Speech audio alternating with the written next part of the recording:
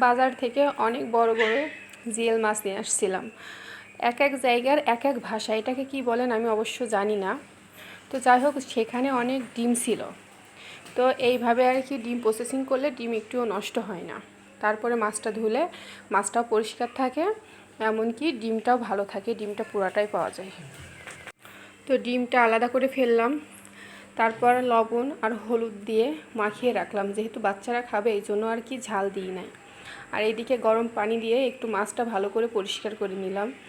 তো মাশাআল্লাহ অনেকটাই পরিষ্কার হয়েছে, একটু বড় সাইজের মাছ তো একটু পরিষ্কার করতে কষ্টই হয়েছে। আর এইখানে মাছের ঘাড়ের ভিতরে কি বলে ওটারে জানি, রগ রগ থাকে আর কি, ওইটা আমরা বের করে নিই। তো তারপরে হলুদ লবণ দিয়ে মাছটা ভালো করে ম্যারিনেট করে নিলাম। ম্যারিনেট হয়ে গেলে আমরা চলে গেলাম একবারে রান্নার জায়গাতে।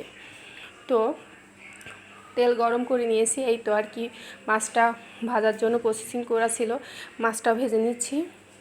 তো মাছটা ভাজা প্রায় হয়ে যাচ্ছে, এক পাশে হয়ে গেছে, এবার উল্টায় দিব।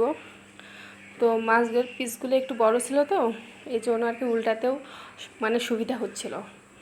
তো মাশাআল্লাহ মাছটা ভাজা হয়ে গেল। তারপর আর কি মাছটা উঠিয়ে নিলাম, মাছের সঙ্গে আর কি ডিমটাও একসঙ্গে ভেজে নিলাম। তো মাছটা প্রথমে উঠিয়ে নিলাম, ডিমটা থাকলো, ডিমটা ভাজা হয় না, এক পাশে হয়েছে আর এক পাশে এখনও কাঁচা আছে আর কি। তো এই জন্য ডিমটা একটু পরে উঠাবো।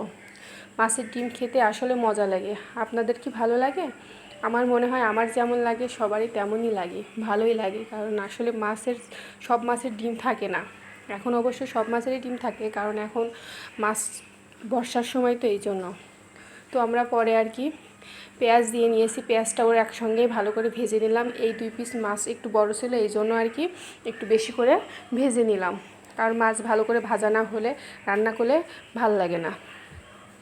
তো পেঁয়াজ আর কি একটু ভালো করে ভেজে নিচ্ছি, বাচ্চারা খাবে বিধায় ওর ভিতর মরিচ দিই নাই। তো পেঁয়াজ ভাজা প্রায় হয়ে গেছে, তো 2 ভাগে ভাগ করে নিলাম, একটা আর কি ডিমের সঙ্গে রাখবো আর একটার ভিতরে মশলা দিয়ে দিব মাছ রান্না করার জন্য। তো মাছটা আজ অবশ্য ভুনাই করব, এই জন্য পেঁয়াজটা ভালো করে ভেজে নিচ্ছি।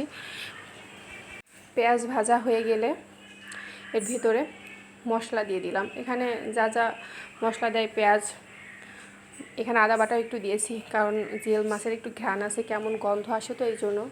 তো জিরা বাটা সব কিছু দিয়ে একটু নেড়ে পানি দিয়ে দিলাম। তো মাশাআল্লাহ কালারটা অনেক সুন্দর দেখা যাচ্ছে। এখন মাছটা দিয়ে ভালো করে নেড়ে নিলাম। এই তো মাছটা রান্না পুরো শেষ হয়ে গেছে। তো জিএল মাছ আপনারা কি এভাবে রান্না